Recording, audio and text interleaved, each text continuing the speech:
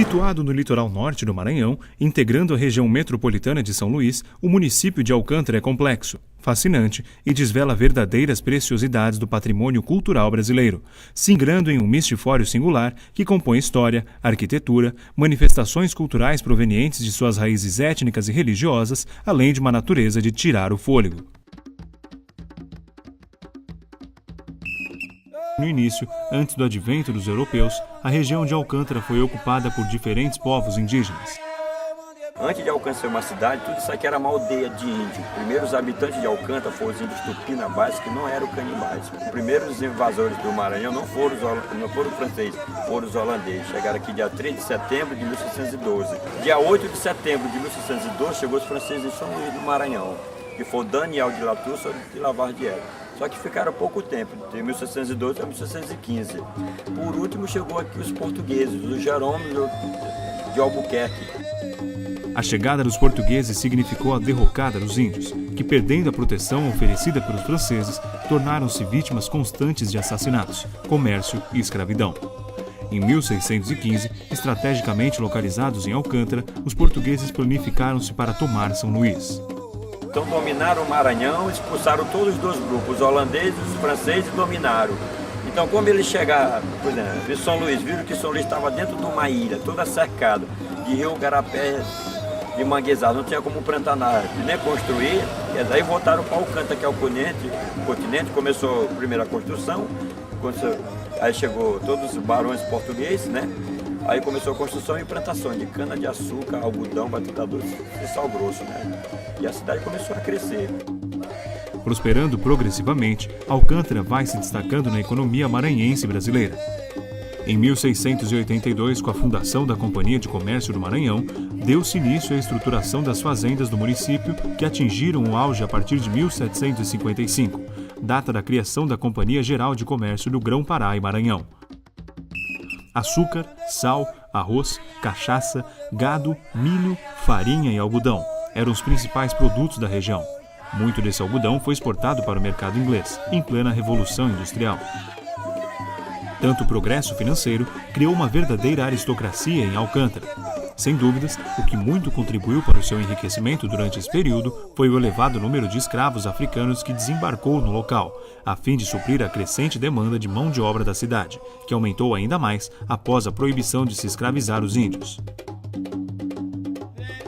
Em meados de 1800, amplificaram-se significantemente os registros administrativos sobre quilombos na região, cujas primeiras ocorrências datam desde o início do século XVIII.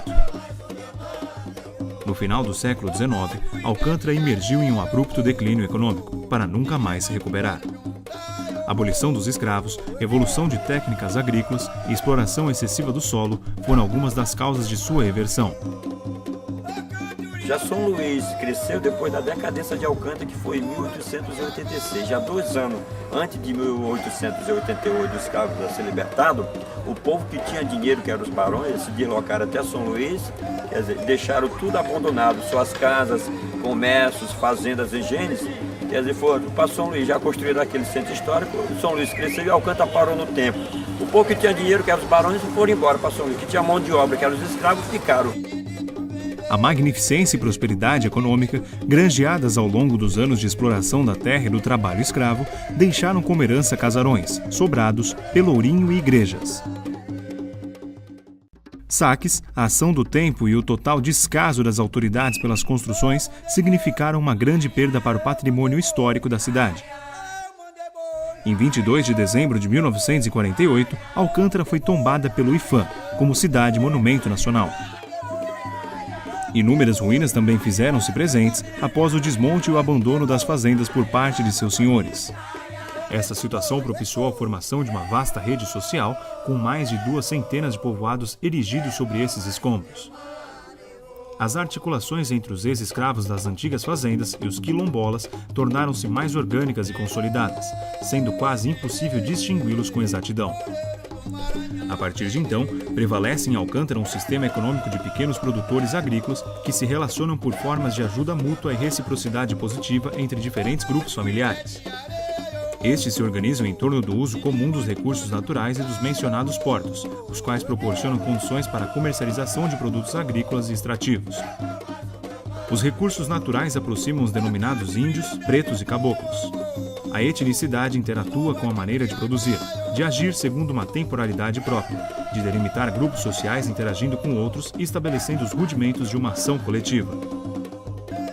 O poder de decisão sobre o que produzir, como e onde, os dissociam de qualquer tutela, seja do Estado, seja de senhores de engenhos.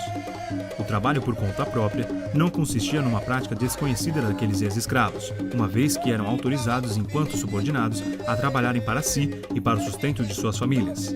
Este embrião de autonomia produtiva se fortaleceria nas décadas seguintes, convergindo para uma situação de aquilombamento.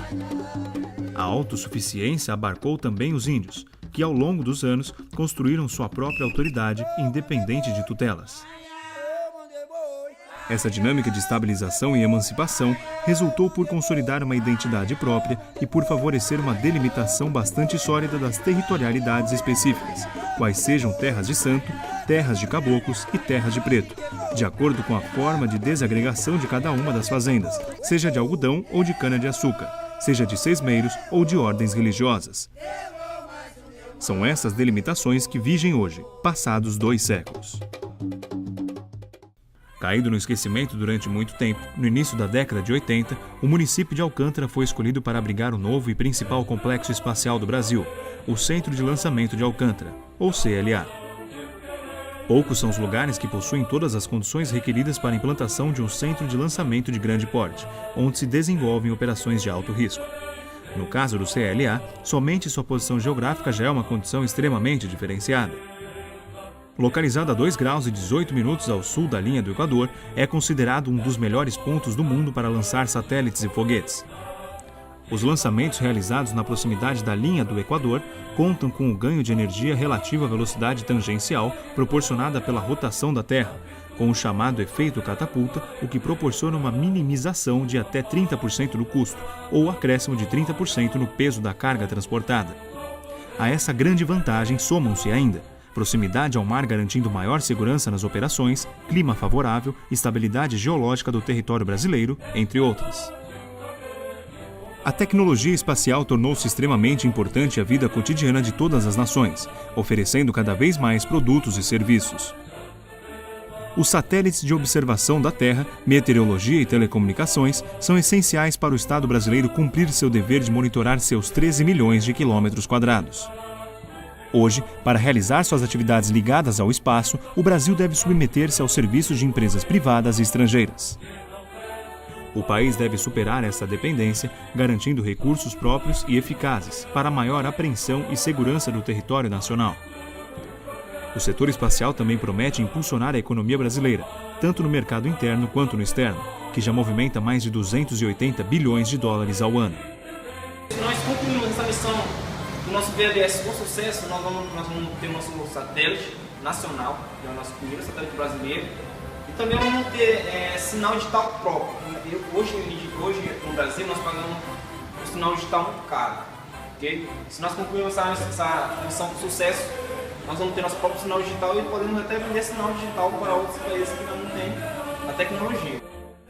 A evolução do programa espacial brasileiro é de importância indiscutível. Para tal, o país precisa focar nos 2 pontos fundamentais do projeto, que são o Centro de Lançamento de Alcântara e a empresa binacional brasileiro-ucraniana Alcântara Cyclone Space, AACS.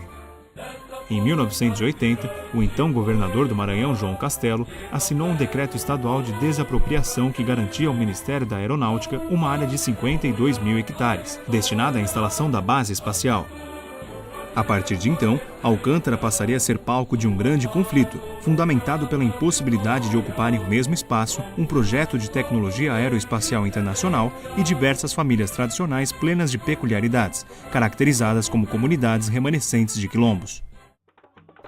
Durante os anos de 1986 e 1987, 31 povoados centenários foram deslocados compulsoriamente pelo Ministério da Aeronáutica.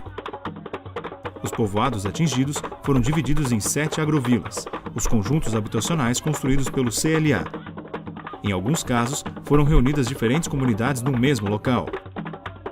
A expulsão de suas terras significou uma grave desconstrução da identidade social e cultural dos quilombolas. Esses foram retirados de sua rede de relações, apartados das territorialidades específicas e de seus principais meios de subsistência. O CLA ocupou praticamente toda a área litorânea do município, restringindo as áreas propícias à pesca e agricultura. As agrovilas não têm portos próprios, não têm proximidade das águas piscosas e os lotes destinados às famílias são de extensão inferior aos critérios técnicos definidores dos módulos rurais para a região. Meio a tais condições e outros demais problemas, seus habitantes vivem sob o signo da escassez, dissemelhante à abundância e à fartura do passado. Além disso, o cemitério de 2 das comunidades foi interditado pelo CLA, que desde os deslocamentos compulsórios não mais autoriza enterros no local. É triste porque onde eles estão hoje localizados, quer dizer, a terra é muito boa para produzir, porque você vê que é solo, tá certo? Tem se deslocar de jegue, um bom local para fazer sua roça, para plantar arroz, milho, feijão e mandioca, para subsistência também. E o que acontece? Aonde eles pescavam era uma área bem próxima onde eles moravam, onde hoje é a base, a área de orla marítima de praia e tudo mais. Quer dizer, para eles pescadores tem que andar quase 7, 8 quilômetros de jegue. E para entrar na base para pescar, ele tem que passar por um treinamento e usar um crachá para se identificar na entrada e na saída. E é triste isso, viu? Além de muitos não terem recebido as indenizações advindas do processo de desapropriação, os moradores das agrovilas, sem documentação das casas e dos respectivos lotes, vivem sob uma insegurança constante. São obrigados a acatar regras impostas pela administração do CLA, que sequer autoriza a construção de casas para os filhos que se casam junto à família. É notório que em nenhum momento o projeto da base espacial incorporou os interesses das futuras gerações. Neste aspecto, a população jovem dessas comunidades é a que mais sofre, ficando sem terra no campo e sem trabalho na cidade. Esse povo que mora nessas casas, que é a aeronáutica, a base fez as casas, deu para as famílias, só que não passou um documento constante que ele seja o proprietário da casa. Tá certo? Então fica triste. Se no caso a aeronáutica, a base quiser tomar tudo isso aqui, ele toma porque não consta um documento que a pessoa aqui mora. A Constituição Federal de 1988 insere os remanescentes de quilombos como sujeitos de direitos sociais, econômicos, civis e políticos, como forma de resgatar a tão negada dignidade do povo negro. O quilombola é sempre caracterizado pelo escravo fugitivo e longe dos domínios das grandes propriedades. No entanto, é importante lembrar que houve escravo que não fugiu, que permaneceu autônomo dentro da grande propriedade e com atribuições diversas. Houve aquele que sonhou fugir e não pôde, ou não conseguiu fazê-lo. Houve aquele que fugiu e foi capturado, e houve aquele que não pôde fugir porque ajudou os outros a fugirem e o seu papel era ficar. Então, a interpretação do conceito de quilombo, contido na Constituição Federal de 1988, deve abranger todos os casos citados, garantindo o direito destes aos seus territórios e a outros aspectos daí decorrentes. Com isso, pode-se constatar que a implantação autoritária do CLA violou de diversas maneiras os direitos das comunidades tradicionais de Alcântara. Quase 11 anos depois do primeiro decreto, em 1991, um novo decreto presidencial ampliou a área da base, passando-a para 62 mil hectares, cerca de 50% do município de Alcântara. Em 1997, sem que fosse realizada qualquer avaliação dos resultados de seu plano de reassentamento e a despeito de a base não ter sequer licenciamento ambiental, foram anunciados pela Infraero novos deslocamentos de famílias, atingindo 10 comunidades localizadas na zona de segurança da base. Porém, até o momento, esses deslocamentos não foram efetuados. O município de Alcântara logo voltaria a ser palco de novas disputas territoriais com a criação da Alcântara Cyclone Space, em 2003. A ACS visa utilizar tecnologia ucraniana para lançar foguetes a partir de uma base habilitada, ainda em construção, anexa ao CLA. Os locais cogitados para a implantação desse novo projeto consistiam em 6 novas áreas ao norte do município, que totalizavam 6 mil hectares.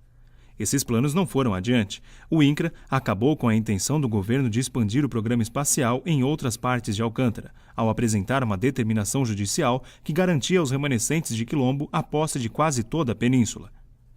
Dessa forma, o projeto da ACS ficou limitado à atual área do CLA, ou seja, circunscrito em 8.713 hectares.